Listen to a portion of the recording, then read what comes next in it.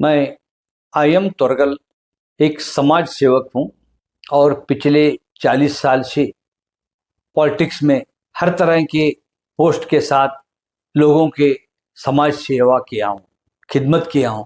जय भारत जन सेवा संघ बोल के एक संघ बनाया, वो संघ का अध्यक्ष भी हूं। ये संघ के जरिए बहुत सारे गरीबों की खिदमत हो चुकी है, बहुत सारे गरीबों को घर दिया हूं, जगह दिया हूं, गवर्नमेंट से जगह दिलाया हूं और बहुत सारे उनके एरिया स्लम डिक्लेयर कोळचे प्रदेश स्लम स्लम हो डिक्लेयर सरकार से ऑथेंटिक होके सरकार से स्लम डिक्लेयर कराऊं। ये मेरा 40 साल से ये लोगों की खिदमत करते आया हूं।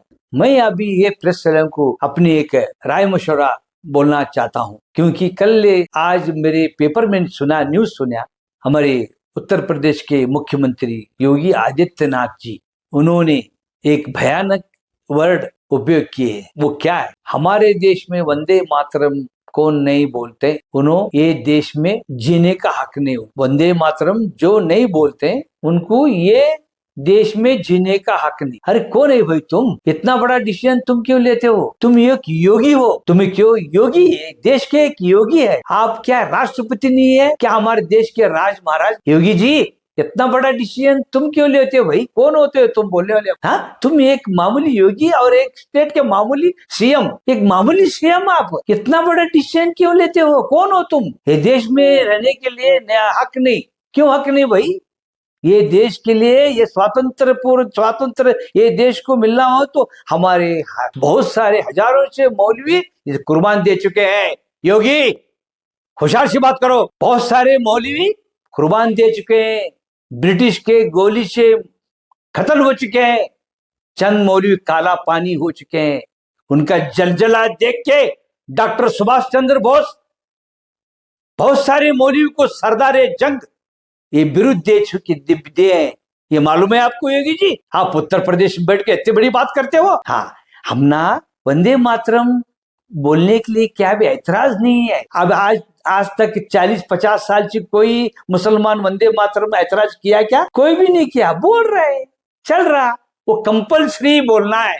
ये कंपल्सरी बात क्यों आ रहा है? हाँ, ये क्या संविधान में पास हुआ? क्या आपके लोकसभा अधिवेशन में पास हुआ? एक केंद्र के गृह सचिवालय में पास हुआ? उस बात को इतना बड़ा करते हो?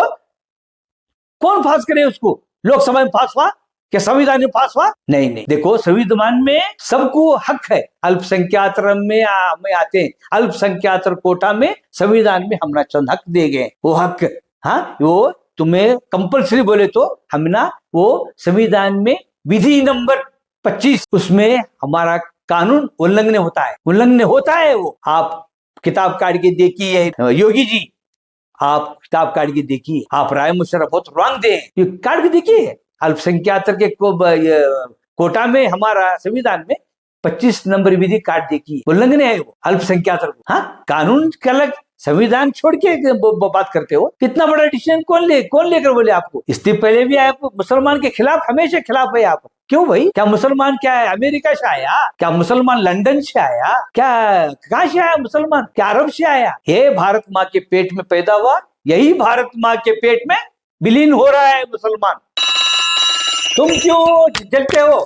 क्या जरूरत है आपको ये बात करने का? कौन होते आप? आप जो भी बोलना है, सिफारिश करना हो तो केंद्र का करो, सेंट्रल में करो, जाकर प्रधानमंत्री जी को बोलो, राष्ट्रपति को बोलो, आपके राय मुशर्रा पेश करो। उन्होंने क्या डिसीजन लेते राष्ट्रपति बोले तो वो बात अहमियत होती। आप एक योगी, हाँ, भूल चुके आपको वोट चुन रहे, भूल चुके आप सीएम बने। हमेशा सीएम बनते नहीं, आप भूल चुको। आप अकस्मात इलेक्शन में हारे तो आप मठ में बैठते, कौन से भी जाके मठ में बैठना। आप क्या, आपकी हैसियत क्या है? आपकी कौन है? आप क्या बड़े लीडर है? क्या संगठनकार है? हाँ, संगठनकार है ना, इडी देश पूरा देश में संगठनकार है ना, इडी पूरे देश में संगठनकार थे। एल.के. आडवाणी साहब थे, अटल बिहारी वाजपेयी थे, मुरली मनोहर जोशी है, अभी भी है। उन्होंने पूरे देश में संगठन चलता उनका। तुम्हारा चल रहा है यूपी में, एक ही आपका संगठन चल रहा है। यूपी में संगठन करके इतना उछलते हो। मैं एक समाज सेवक हूँ, एक लीडर भी हूँ।